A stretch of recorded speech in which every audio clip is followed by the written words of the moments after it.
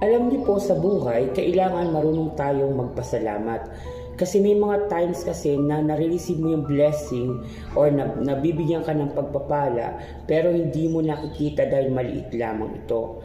Lagi mong isipin maliit or malaki ang dumating sa iyong pagpapala, kailangan marunong kang magpasalamat. Okay po ba yan? Para patuloy ang blessing sa buhay mo, para magaan, maluwag ang flow ng iyong pamumuhay. Kasi you appreciate small things. So pag binigyan ka ng mas malaking pagpapala at marunong kang magpasalamat, sigurado akong magiging masaya at masagana ang buhay mo. So maniwala ka lang sa faith mo, maniwala ka lang sa gagawin ng Lord sa buhay mo.